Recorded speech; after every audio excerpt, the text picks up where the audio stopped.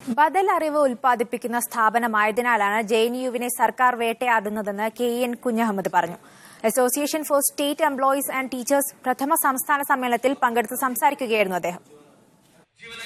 ദളിതുകളും പിന്നാക്കക്കാരും ജെഎൻയുവിൽ എത്തുന്നതാണ് സംഘപരിവാറിനെ അസഹിഷ്ണുക്കളാക്കുന്നതെന്ന് കെ.എൻ. പറഞ്ഞു.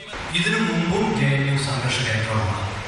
അതിനുള്ള അടിസ്ഥാന കാരണം ജെഎൻയു ബദൽ ജ്ഞാനോത്പാദനത്തിന്റെ ഇന്ത്യയിലെ മുഖ്യ സ്രോതസ്സാണ് എന്നത് തന്നെയാണ്.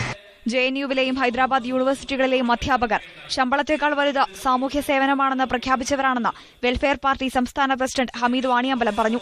എഐസിടി സംസ്ഥാന സമ്മേളനം ഉദ്ഘാടനം ചെയ്ത് സംസാരിക്കുകയായിരുന്നു അദ്ദേഹം.